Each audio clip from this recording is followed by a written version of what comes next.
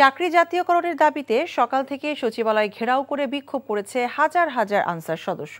বিকেলে তাদের প্রতিনিধিদের সাথে বৈঠক শেষে স্বরাষ্ট্র উপদেষ্টা অবসরপ্রাপ্ত লেফটেন্যান্ট জেনারেল জাহাঙ্গীর আলম চৌধুরী জানিয়েছেন, আনসার সদস্যদের ৬ মাসের রেস্ট প্রথা বাতিল এবং চাকরি জাতীয়করণের বিষয়টি সুপারিশ কমিটির প্রতিবেদনের ভিত্তিতে বিবেচনা করা হবে।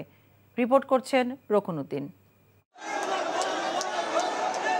প্রশাসনের প্রাণকেন্দ্র সচিবালয়ের সামনে গেল কয়েকদিন ধরেই দাবি দেওয়া নিয়ে বিক্ষোভ ও অবস্থান কর্মসূচি পালন করছেন নানান পেশার মানুষজন। রোববার সকাল 10টার পর থেকে চাকুরি জাতীয়করণের দাবিতে সচিবালয়ের চারপাশে অবস্থান নেন আনসার সদস্যরা।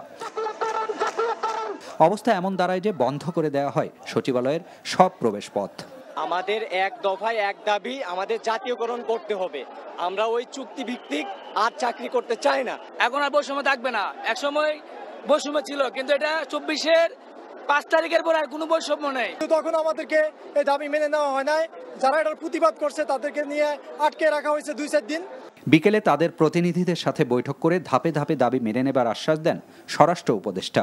3 উপদেষ্টা এবং অন্যান্য যারা সহকর্মী সবার সাথে আলোচনা করে আমরা একটা সিদ্ধান্ত উপনীত হয়েছি। এখন থেকে রেস্ট প্রথা থাকবে না আনসারে। আর অন্যান্য যে তাদের দাবি দাওয়াগুলি আছে ওই জন্য একটা কমিটি করে দেওয়া হচ্ছে। এই কমিটি পর্যালোচনা করে আমাদের কাছে পাঠিয়ে এবং তা আমরা আন্তঃমন্ত্রণালয়ে বসে একটা সিদ্ধান্ত নিব। তোমাদের দাবি পূরণের যত ধরনের প্রক্রিয়া আছে সবগুলা ইনশাল্লাহ শুরু হয়ে যাবে কালকে থেকে।